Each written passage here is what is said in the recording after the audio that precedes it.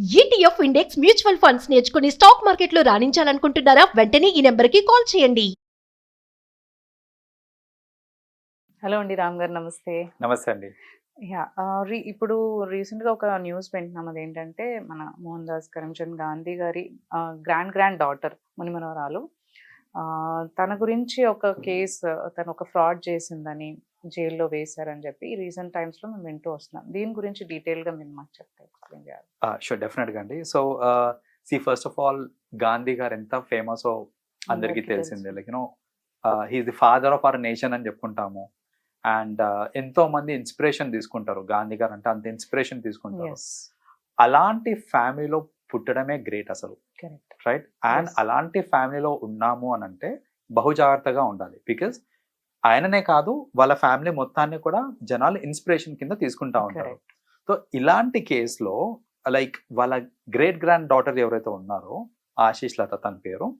So తను south ఆఫ్రికాలోనే ఉంటూ, south ఆఫ్రికాలో బేసిక్గా ఏంటంటే ఎస్ఆర్ మహారాజ్ అనే ఒక పర్సన్ ఉన్నారు.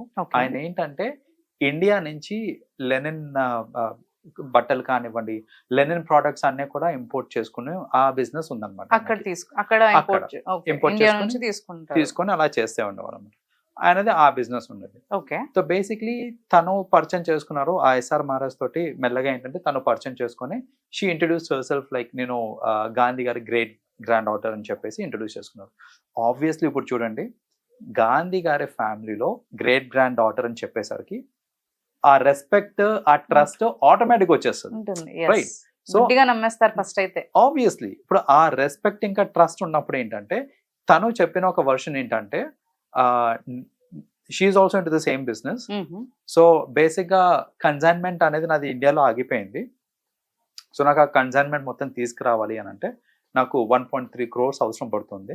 సో ఆ 1.3 crores మీరు రిలీజ్ చేస్తే కనుక నేను కన్సైన్మెంట్ తెప్పించేసుకొని ఆ కస్టమ్స్ డ్యూటీ అన్ని కట్టేసిన తర్వాత జరిగిన దాంట్లో నేను ప్రాఫిట్ కూడా ఇస్తాను, మీకు జరిగిన ట్రాన్సాక్షన్లో ప్రాఫిట్ కూడా ఇస్తానని చెప్పి నమ్మించింది. సో ఆ ఎస్ఆర్ మహారాజ్ ఏంటంటే ఇప్పుడు ఆబ్వియస్లీ గాంధీ ఫ్యామిలీ నుంచి కదా అనేసి తను యాక్సెప్ట్ చేశారు. అతను కొన్ని బిల్స్ కూడా అడిగారు అనమాట. ఏంటంటే ఇప్పుడు మీకు అక్కడి నుంచి కన్సైన్మెంట్ బయలుదేరుతున్నట్టు ఒక బిల్ కావాలి, నాకు ఇన్వాయిస్లు కావాలి, కస్టమ్స్ అన్నిటివి కూడా బిల్స్ కావాలి నాకు అనేసి సేఫ్ సైడ్ కోసం అడిగాడు అనమాట. అడిగిన మరుసటి రోజు బిల్స్ ఇచ్చేది తను. నాకు ఇప్పుడు కన్సైన్మెంట్ బిల్ కావాలి అనగానే యా ష్యూర్ అనేసి నెక్స్ట్ డే కన్సైన్మెంట్ బిల్ ఇచ్చేయటము. సో అలా ఏంటంటే ట్రస్ట్ క్రియేట్ అయిపోయింది. అతను అడిగిన ప్రతిదీ ప్రొవైడ్ చేసేస్తుంటే ట్రస్ట్ క్రియేట్ అయిపోయింది అక్కడ. సో అతను ఇచ్చాడు. ఇచ్చిన తర్వాత ఒక 2 days తర్వాత నుంచి ఇంకా ఆమె ఫోన్ కలవట్లేదు. టచ్ అవుదాము అనుకుంటే అసలు కాంటాక్ట్ లేకుండా వెళ్ళిపోయింది తను. సో ఆయనకి ఏం తెలియదు, అంటే పర్సనల్ గా అసలు ఆమె ఎక్కడ ఉంటుంది ఏంటి ఏం తెలియదు. సో ట్రస్ట్ అంటే బేసిక్ గా కొంచెం ట్రస్ట్ అనేది అక్కడే లూజ్ అయ్యాడు అతను. సో అసలు ఏంటి మళ్ళీ గెట్ బ్యాక్ అవుతుందని చాలా ట్రై చేశాడు, కానీ ఎక్కడ కూడా he could not get her. సరే అనేసి ఈమె ఇంతకు ముందు చెప్పిన కాన్వర్సేషన్ లో ఒక పెద్ద హాస్పిటల్ పేరు తీసుకొని వాళ్ళందరికీ లాటెక్స్ కి సంబంధించిన మెటీరియల్స్ అవి నేనే సప్లై చేస్తున్నాను అనేసి ఆమె చెప్పింది. చెప్తే ఇతను ఆ హాస్పిటల్ వాళ్ళతోని కనుక్కున్నారు అనమాట. తను సప్లై చేసేది తనే కదా మీకు అని అంటే వాళ్ళు కాదు అని చెప్పేశారు. అప్పుడు అతనికి అర్థమైంది నేను మోసపోయాను అనేసి. సో నేను మోసపోయానని అర్థమయ్యి అప్పుడు ఈ విషయం అంతా ఇంక్లూడింగ్ ఆల్ ది డాక్యుమెంట్స్, తను ప్రొవైడ్ చేసిన డాక్యుమెంట్స్ అన్నిటిని తీసుకొని కోర్టుకి సబ్మిట్ చేసి పోలీస్ కేసులో వేసారన్నమాట. మేము పోలీస్ కేసు వేసారు. వేసిన తర్వాత ఇంకా కోర్టు అదంతా చూసిన తర్వాత ఇది కావాలనే మోసం చేసింది అని నిర్ధారించారు వాళ్ళు. ఎందుకంటే ఒక్కొక్కసారి ఏంటంటే అనుకోకుండా జరిగేటివి కొన్ని ఉంటాయి సంఘటనలు. బట్ ఇక్కడ ఏంటంటే మోసం చెయ్యాలి అనే ఉద్దేశం ప్యూర్లీ కనిపిస్తుంది అని వాళ్ళు గ్రహించి ఆమెకి 7 years ఆఫ్ ఇది ఇంప్రిజన్మెంట్ అనేది ఇచ్చారు, జైలు శిక్ష ఇచ్చారు. సో 7 years జైలు శిక్ష వేశారు. అండ్ అపీల్ పెట్టుకోవడానికి కూడా ఆప్షన్ లేదు అని వాళ్ళు చెప్పేశారు. జనరల్ గా ఏంటంటే ఇలాంటి కేసెస్ లో అపీల్ పెట్టుకునే ఆప్షన్ ఉంటుంది, రైట్? బట్ వాళ్ళు కోర్టు తీర్పిచ్చేటప్పుడు ఏంటంటే ఇది క్లియర్ కేస్ ఆఫ్ చీటింగ్ కాబట్టి, and that to with intention కాబట్టి వాళ్ళు ఏంటంటే స్ట్రిక్ట్లీ మీరు అపీల్ చేసుకోవడానికి కూడా ఆస్కారం లేదు అనేసి వాళ్ళు తీర్పిచ్చేశారు. That is half. అంటే యాక్చువల్ గా చెప్పాలంటే ఈ నేను చెప్పిన ఇన్సిడెంట్ మొత్తము 2021 లో అయిందండి. 2021. యా, సో ఇది 2021 లో జరిగిన ఇన్సిడెంట్. కానీ కరెంట్లీ ఇప్పుడు మన ఇండియన్స్ అందరూ సోషల్ మీడియాలో ఇదంతా కూడా కరెంట్లీ ఇదంతా రీసర్ఫేస్ అవుతా ఉంది because of a social media post. ఒక సోషల్ మీడియా పోస్ట్ వల్ల ఇదంతా ఏంటంటే మళ్ళీ రీసర్ఫేస్ అవుతుంది. అవును.